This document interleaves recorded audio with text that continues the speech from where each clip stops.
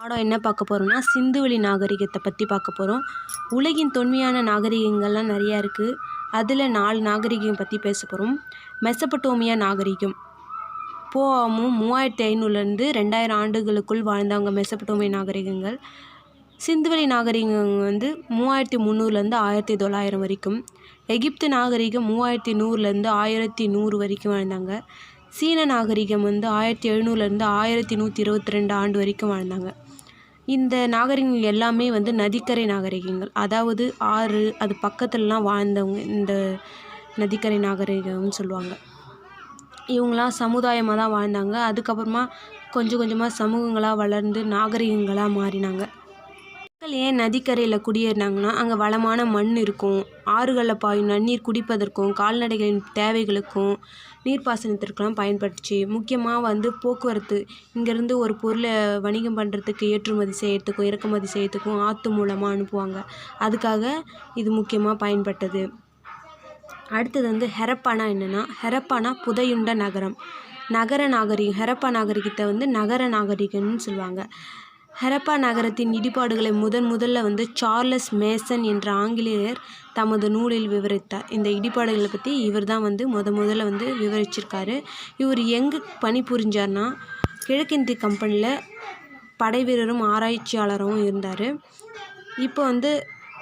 இப்போ பாகிஸ்தான் உள்ள இந்தியாவின் வடமேற்கு பகுதியில் பார்வையிட்ட போது சில செங்கற்திட்டுக்கள் இவர் இருப்பதை கண்டார். அது மூலமாக இந்த ஹெரப்பா நாகரிகத்தை இடிபாடுகள் மூலமாக கண்டுபிடிச்சார். அடுத்தது பாழடைந்த செங்கோர் கோட்டை உயரமான சுவர்களுடனும் கோபுரங்களுடனும் ஒரு மலை மீது கட்டப்பட்டுள்ளது. இதுதான் ஹெரப்பா இருந்ததற்கான முதல் வரலாற்று ஆதாரம் என குறிப்பிட்டவர் பார்த்தோன்னா சார்லஸ் மேசன். இப்படி இந்த கொஷின் எப்படி கேட்பாங்கன்னா, பாழடைந்த செங்கற்கோட்டை உயரமான சுவர்களுடனும் கோபுரங்களுடன் ஒரு மலை மீது கட்டப்பட்டுள்ளது. இதுதான் ஹெரப்பா இருந்ததற்கான முதல் வரலாற்று ஆதாரம் அப்படின்னு சொன்னவர் யார் அப்படின்னு கேட்பாங்க.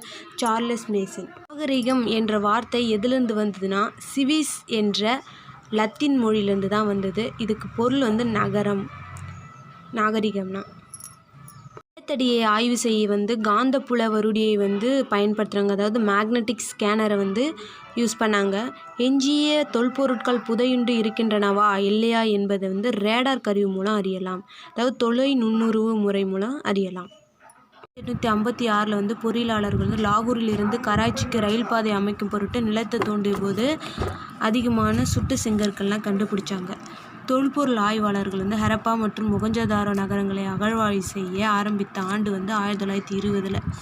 இந்திய தொல்பொருள் ஆய்வுத்துறையின் இயக்குனர் ஜான் மார்ஷல் ஹெரப்பாவிற்கும் மொகஞ்சதாரோவிற்கும் இடையே பொதுவான அம்சங்கள் இருப்பதை கண்டறிஞ்சார். அது எந்த ஆண்டுனா 1924. ஹெரப்பா நாகரிகம் மொகஞ்சதாரோவை விட பழமையானது. இந்த காலத்தை பற்றி பார்த்தோன்னா, புவி எல்லை தெற்காசியாவில் இந்த வெண்கல காலத்தில் வாழ்ந்தாங்க. 3300லேருந்து 1900 வரைக்கும் வாழ்ந்தாங்க. இது எப்படி கண்டுபிடிச்சாங்கன்னா, அந்த கதிரியக்க கார்பன் வயது கணிப்பு முறை மூலம்தான் இதை முடிவு செய்தாங்க. இது வெண்கல காலம்னு. இதோடைய பரப்பளவுன்னு பார்த்தோன்னா 13 லட்சம் சதுர கிலோமீட்டரு. 6 பெரிய நகரங்கள் இருந்தது. 200க்கும் மேற்பட்ட கிராமங்கள் இருந்தன. வெண்கல காலம்னா என்னென்னா, மக்கள் வெண்கலத்தாலான பொருட்களை பயன்படுத்திய காலம்தான் வெண்கல காலம்னு சொல்கிறாங்க. இந்திய தொல்லியல் துறையில்னா என்னென்னா, அதாவது ஏஎஸ்ஐனா என்னென்னா, ஆர்கியாலஜிக்கல் சர்வே ஆஃப் இந்தியான்னு சொல்லுவாங்க. இதை முதல்ல 1861 அலெக்சாண்டர் கன்னிங்ஹாம் தான் இந்த இந்திய தொல்லியல் துறையை நிறுவினார். அவர் ஒரு நில அளவையாளர். இதோடைய தலைமையகம் எங்கே இருக்குன்னா, புதுடெல்லியில் இருக்குது. சிந்துவெளி நாகரத்தின் சிறப்பம்சமே திட்டமிட்ட நகர அமைப்புன்னு சொல்கிறாங்க. அவங்க திட்டமிட்டு ஒரு தெருனாலும் அது ஸ்ட்ரைட்டாக இருக்கிற மாதிரி அந்த மாதிரி திட்டமிட்டு ஒன்று பண்ணிகிட்டு இருந்தனால இதோடைய சிறப்பம்சமே அதுதான். நகரம் திட்டமிடப்பட்ட 2 பகுதிகளாக இருந்தது. 2 பகுதிகளாக இருந்தது. ஒன்று மேல் நகர அமைப்பு, இன்னொன்று கீழ்நகர அமைப்பு. நகர அமைப்புனா, நகரத்தின் மேற்கு பகுதி சற்று உயரமாக இருக்கும். அங்கெல்லாம் கோட்டையெல்லாம் இருக்கும். அதாவது அது நகர நிர்வாகிகள், ராஜாக்கள் அவங்களாம் வாழ்ந்தாங்க அந்த இடத்துல.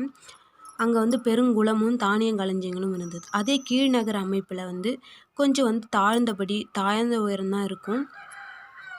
அது பொதுமக்கள்லாம் வாழற இடமா இருந்துச்சு கீழ்நகர அமைப்பு. சிந்துவெளி நாகரிகத்துக்கு முன்னோடி வந்து மெஹர்கர்னு சொல்கிறாங்க. மெஹர்கர்னா புதிய கற்கால மக்கள் வாழ்ந்த ஒரு இடம்தான் மெஹர்கர். இது எங்கே இருக்குன்னா பாகிஸ்தானில் பலுச்சிஸ்தான் மாநிலத்தில் போலான் ஆற்று பள்ளத்தாக்கில் இருக்குது. இது வந்து தொடக்க கால மனிதர்கள் வாழ்ந்ததாக கண்டறியப்பட்ட இடங்களில் ஒன்று. 7000 ஒட்டிய காலத்திலேயே மெஹர்கரில் நாகரிகத்துக்கு முந்தைய வாழ்க்கை நிலவியதற்கான தொல்லியல் சான்றுகள் கிடைச்சிதான். நகரத்தில் தெருக்கள் வீடுகள்லாம் எப்படி இருந்துச்சுன்னா, தெருக்கள்லாம் பார்த்தோன்னா சட்டக வடிவத்தில் இருந்துச்சாம். அந்த வழி வந்து நேராக வந்து வடக்குலேருந்து தெற்காகவும் கிழக்கு மேற்காகவும் செல்லும். அது வந்து செங்கோணத்தை வெட்டி கொள்கிற மாதிரி இருக்குமா அது. அந்த சாலைகள்லாம் வந்து அகலமாகவும் வளைவாகவும் இருந்துச்சாம். வீடுலாம் எப்படி கட்டுவாங்கன்னா 1 மாடி 2 மாடி அந்த மாதிரி தான் வந்து வீடுகள்லாம் கட்டுவாங்களாம். அங்கே கழிவறை குளியலறை எல்லா ஃபெசிலிட்டியும் அங்கே செஞ்சு ஒரு கிணறு கூட இருக்குமா. அந்த மாதிரிலாம் செஞ்சு வச்சுருந்தாங்களாம். வீடுகள்லாம் எப்படி கட்டுவாங்கன்னா சுட்ட செங்கற்களாலும் சுண்ணாம்பு கலவையிலும் தான் கட்டியிருந்தாங்களாம். சூரிய வெப்பத்தில் வந்து உலர வைக்கப்பட்ட செங்கற்கள் பயன்படுத்தப்பட்டனராம் இதுக்காக. கழிவு நீர்லாம் எப்படி அமைப்பாங்கன்னா அந்த வடிகால் வந்து எப்படி இருக்குன்னா செங்கற்களும் அந்த கல் தட்டையும் வச்சு மூடி அது வழி போகிற மாதிரி வச்சுருப்பாங்களாம். அந்த காலத்திலே குழிகள்லாம் தோண்டி திடப்பொருளும் திரவப்பொருளும் தனித்தனியாக பிரித்து எடுத்து வச்சுருப்பாங்களாம். குளம்லாம் கட்டி வச்சுருப்பாங்களாம். அது வந்து வடப்புறத்துலேயும் தென்புறத்துலேயும் படிக்கட்டெலாம் வச்சு மூன்று புறமும் அறைகளால் சூழப்பட்ட மாதிரி வச்சுருப்பாங்களாம். ஒரு கிணத்துலேருந்து தண்ணி இறைச்சிட்டு வந்து அந்த பெருங்குளத்தில் வந்து விடுவாங்களாம். அந்த மாதிரி அந்த பெருங்குளம் வந்து பாதுகாக்கப்பட்டது.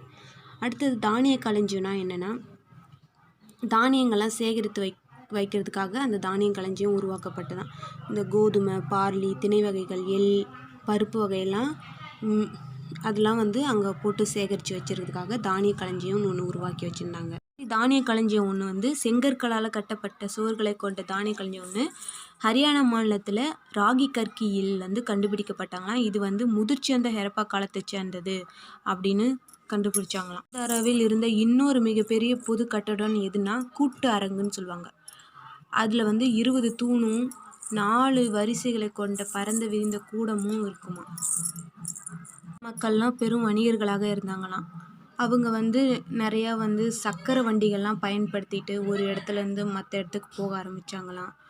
அதுக்கப்புறமா அதோடைய சிந்துவெளி முத்திரைகள்லாம் தற்கால ஈராக் குவைத் மற்றும் சிரியா ஆகிய பகுதிகளெலாம் குறிக்கும் பண்டைய மெசபடோமியாவில் சுமேர் பகுதியில் கிடைச்சிருக்கான். குஜராத்தில் உள்ள லோத்தலில் வந்து கப்பல் கட்டும் மற்றும் செப்பிடும் தளம் ஒன்று கண்டுபிடிக்கப்பட்டதாம். லோத்தல் என்னும் இடம் வந்து குஜராத்தில் சபர்மதி ஆற்றின் ஒரு துணை ஆற்றின் கரையில் அமைந்திருக்கான்.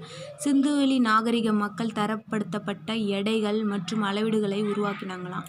குஜராத் மாநிலத்தில் கண்டுபிடிக்கப்பட்ட தந்தத்திலான அளவுகோல் 1704 மில்லிமீட்டர் வரை வந்து சிறிய அளவுகளை கொண்டு இருக்குமா.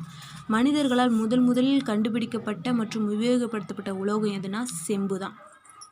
அதனால் வந்து வெண்கலத்திலால் ஆன நடன மாது என்ற சிறிய பெண் சிலை வந்து கிடைச்சிருக்கான். கேவிட்டி வளாகனா என்னென்னா கொற்கை வஞ்சி தொண்டி, அதுதான் கேவிட்டின்னு ஷார்ட் ஃபார்மில் கொடுத்துருக்காங்க. பாகிஸ்தானில் இன்றும் வந்து கொற்கை வஞ்சி தொண்டி மத்ரை உரை கூடல்கர் என்ற பெயர் கொண்ட இடங்கள்லாம் இருக்குது. இந்த சிந்து சமவெளி மக்கள்லாம் வந்து எந்த ஆடை அணிஞ்சிருந்தாங்கன்னா பருத்தி ஆடை கம்பளி ஆடை அணிஞ்சிருந்தாங்க. சிந்துவெளி மக்களுக்கு வந்து இரும்பின் பற்றிலாம் தெரியாது. அவங்க வந்து ஆபரணங்கள்லாம் வந்து சிவப்பு நிற மணிக்கற்களை பயன்படுத்தி ஆபரணங்கள்லாம் செய்ய ஆரம்பித்தாங்க. அவங்களோட தொழில்னால் என்னென்னா வேளாண்மை கைவினை பொருட்கள் செய்கிறது பானை வனைதல் அணிகலன்கள் செய்தல் கால்நடை வளர்ப்பு சக்கரத்தின்லாம் பயன்லாம் அறிஞ்சிருந்தாங்க. இதுதான் அவங்களுடைய தொழிலாக இருந்துச்சு. மட்பாண்டங்கள்லாம் எப்படி செஞ்சுருந்தாங்கன்னா சிவப்பு வண்ணத்தில் இருந்தன எல்லாமே. அது வந்து கருப்பு வண்ணத்தில் அழகிய வேலைப்பாடுகள் செஞ்சு மண்பாண்டங்கள் வச்சுருந்தாங்க. 1900ஆம் ஆண்டு தான் வந்து ஹரப்பா நாகரிகம் சரிய தொடங்கிச்சு. முதல் எழுத்து வடிவம் வந்து சுமேரியர்களால் உருவாக்கப்பட்டது. மிக பழமையான நாகரிகங்களில் ஒன்று தான் வந்து சிந்து சமவெளி நாகரிகம். பழமையான 4 நகரங்களில் பெரிய பரப்பளவு கொண்டதும் அதுதான். உலகின் முதல் திட்டமிடப்பட்ட நகரங்கள்னு சொல்லுவாங்க. மேம்பட்ட சுகாதாரம் மற்றும் வடிகால் அமைப்பு கொண்டிருக்கும். சுத்தம் மற்றும் சுகாதாரம் பற்றிய உணர்வு மேலோங்கி இருக்கும். இந்த மாதிரி எப்படி கொஸ்டின் கேட்பாங்கன்னா, இந்த 4 கொடுத்துட்டு இதில் 3 கொடுத்துட்டு இதில் இது 1 மட்டும் வேற கொடுத்து இதில் எது பொருந்தாதது அப்படி கேட்க சான்சஸ் இருக்குது. இதில் மொஹஞ்சதாரோவில் தொல்பொருள் ஆராய்ச்சி நடைபெறும் இடம் உலக பாரம்பரிய தலமாக யுனெஸ்கோ அமைப்பால் தேர்ந்தெடுக்கப்பட்டிருக்கு. கார்பனின் கதிரியக்க ஐசோடோப்பான கார்பன் 14 பயன்படுத்தி தான் ஒரு பொருளின் வயதை அறிய முடியும். அந்த முறைக்கு பேர் கதிரியக்க கார்பன் முறை அல்லது கார்பன் 14 முறை அப்படின்னு சொல்கிறாங்க. மொஹஞ்சதாரோவில் காணப்படுகின்ற பெருங்குளமே உலகின் முதலில் கட்டப்பட்ட பொது குளம் அப்படின்னு சொல்கிறாங்க. நாகரிகத்தோட அதாவது சிந்து சமவெளி நாகரிகத்தின் பரப்பளவு எதுலேருந்து எது வரைக்கும் இருக்குன்னா, மேற்கில் பலுசிஸ்தானின் மக்ரான் கடற்கரை வரைக்கும் இருக்கும். கிழக்கில் பார்த்தோன்னா காகர் டு ஹாக்ரா நதி பள்ளத்தாக்கு வரை இருக்கும். வடகிழக்கில் ஆப்கானிஸ்தான் வரைக்கும், தெற்கில் மகாராஷ்டிரா வரை இந்த நகரத்தோட பரப்பளவு இருக்கும். இது பேசிக்ஸ் கொஷின்ஸ். இதில் போஆமு 2500 குஃபு மன்னரால் சுண்ணாம்பு கல்லால் கட்டப்பட்ட கிசே பிரமிடு, அதாவது ஒவ்வொன்றும் 15 டன் எடை கொண்டதான். அப்படி ஒரு பிரமிடு அவர் கட்டினார் குஃபு மன்னர். அடுத்தது மெசபட்டோமியா சுமேரியர் காலம்னு சொல்லுவாங்க. ஊர் நம்மு என்ற அரசரால் சின் என்ற சந்திர கடவுளுக்கு கட்டப்பட்ட ஊர் தான் ஜிகரெட். அப்படி சில்பல் எகிப்து அரசன் 2ஆம் ராமேசிஸ் என்பவரால் கட்டப்பட்ட இரட்டை கோயில்கள் உள்ள இடம் அப்படின்னு சொல்கிறாங்க. யூனிட்டோட கலைச்சொற்கள்னு பார்த்தோன்னா, தொல்பொருள் ஆய்வாளர் ஆர்கியாலஜிஸ்ட், அகழ்வாராய்ச்சி செய் எக்ஸ்காவேட், நகரமயமாக்கல்னா அர்பனைசேஷன், சித்திர குறுக்கெழுத்து பிக்டோகிராஃப்கள்னா ஸ்டாட்டைட், நூலை சுற்றி வைப்பதற்காக சுழல் அச்சுக்கள்னா ஸ்பிண்ட்லஸ், இலக்கல்னா பிட்டுமென், கைத்திறனா ஆர்டிஃபேக்ட், கப்பல் கட்டும் மற்றும் செப்பனிடும் இடத்துக்கு பேர் டக்யார்டு, முத்திரைனா சீல். புக் பேக் கொஷின் உள்ள இல்லாத ஓரளவு வெளியே கொடுத்துருக்கேன். சிந்துவெளி மக்கள் எந்த உலோகங்களை பற்றி அறிந்து இருந்தார்கள்னா, செம்பு, வெண்கலம், ஒரு 4 ஆப்ஷன் கொடுத்துருந்தாங்க. இதில் இரும்பு, எல்லாத்துலேயும் இரும்பு இருந்துச்சு. ஏன்னா அவங்க இரும்பை பற்றி அறிஞ்சிருக்கல, அதனால் இந்த ஆப்ஷன் கரெக்டாக இருக்குது. செம்பு, வெண்கலம், வெள்ளி, தங்கம். இரும்பு அவங்க பயன்படுத்துறதில்லை. அடுத்தது சிந்துவெளி நாகரிகம் எக்காலத்தை சேர்ந்ததுன்னா, சிந்துவெளி நாகரம் உலோக காலத்தை சேர்ந்தது. ஆற்றங்கரைகள் நாகரிக தொட்டில்கள் என அழைக்கப்பட காரணம் என்னென்னா, அவங்க பெரும்பாலும் ஆற்றின் கரைகளில் தோன்றியதால் தான் அவங்களுக்கு நாகரிக தொட்டில்கள் அப்படின்னு சொல்கிறாங்க. இதில் கூற்றுகள் காரணம் பொறுத்துக்கு சொல்கிறாங்க. அதாவது கூற்று என்ன சொல்கிறாங்கன்னா, ஹெரப்பா நாகரிகம் ஒரு நாகரிகம் கரெக்டு. திட்டமிடப்பட்ட நகர அமைப்பு, மேம்பட்ட கழிவு நீர் அமைப்புலாம் கொண்டிருக்குது. அதனால் காரணமும் கூற்றும் சரி. ஹரப்பா நாகரிகம் வெண்கல காலத்தை சார்ந்தது. ஹரப்பா மக்களுக்கு இரும்பின் பயன் தெரியாது. இது ரெண்டுமே கரெக்டு. ஆனால் இதுக்கான காரணம் இது இல்லை. அதனால் கூற்று சரியானது, காரணம் தவறானது. அடுத்தது, ஹரப்பா மக்களின் பொறியியல் திறன் குறிப்பிடத்தக்கது. கடலின் அலைகள், ஓதங்கள், நீரோட்டத்தை கணித்த பின் கப்பல் கட்டும் தளத்தை கட்டியிருப்பது. இது ரெண்டுமே சரியனால் கூற்றும் காரணமும் சரி. கீழே கூறப்பட்டுள்ள மொஹஞ்சதாரோவை பற்றிய கூற்றுகளில் எவை சரியானவைன்னு கேட்டாங்க. மற்றதெல்லாம் தப்பாக இருந்துச்சு. இது ஒன்று தான் வீடுகள் கட்ட சுட்ட செங்கற்கள் பயன்படுத்தப்பட்டுச்சு. அடுத்தது கீழ்காணும் கூற்றை ஆராய்க. இதில் 4 கூற்று கொடுத்துருக்காங்க. நகரங்கள், தெருக்களின் வடிவமைப்பு மற்றும் செங்கல் அளவுகள் ஆகியவற்றில் சீரான தன்மை இருந்துச்சு. ஒரு விரிவான மற்றும் நன்கு வடிவமைக்கப்பட்ட வடிகால் அமைப்பு, தானிய களஞ்சியம் ஹெரப்பா நகரங்களில் முக்கியமான பகுதியாக விளங்குது. இது 3மே சரின்றதுனால அனைத்தும் சரி. இவங்க வளர்த்த விலங்குகள்லாம் என்னென்ன, இந்த மாதிரி ஒரு 5 ஆப்ஷன் கொடுத்துட்டு இதில் எது பொருந்தாமல் இருக்குது அப்படின்னு கேட்டாங்கன்னா, அதில் அவங்க வளர்த்த விலங்குகள் என்னென்னா காளைகள், ஆடுகள், எருதுகள், பன்றிகள். இதில் குதிரை போட்டிருந்தாங்க. குதிரை இதில் பொருந்தாது. அதனால் இவங்க வளர்த்த விலங்குகள் இவ்வளோதான். அடுத்தது பொறுத்துக்கன்னு பார்த்தோன்னா, ஏஎஸ்ஐனா நம்ம தொல்லியல் ஆய்வுத்துறைன்னு பார்த்தோம். அது ஜான் மார்ஷல் என்பவரால் இது பண்ண முடிஞ்சுது. கோட்டை தானிய களஞ்சியம். லோத்தல்னா கப்பல் கட்டும் தளம். இன்னொன்று பொருந்தாமல் கொடுத்துருந்தாங்க, அதனால் அதை நான் எடுக்கலை. அடுத்தது, மெசபடோமியா நாகரிகம் மிக பழமையான நாகரிகம். டேஷ் கேட்டிருந்தாங்க, அதனால் மெசபடோமியா நாகரிகம். இந்தியாவின் தொல்லியல் ஆய்வுத்துறை எந்த நில அளவியால் நம்ம உள்ளவே பார்த்துருக்கோம், அலெக்சாண்டர் கன்னிங்ஹாம். தானியங்களை சேகரித்து வைக்க பயன்பட்டது எதுனா தானிய களஞ்சியம். இதுவும் பார்த்துட்டோம். மக்கள் குழுக்களாக சேர்ந்து சமூகத்தை உருவாக்குகின்றனர். இதுவும் தாரோனா இறந்தோர் மேடு.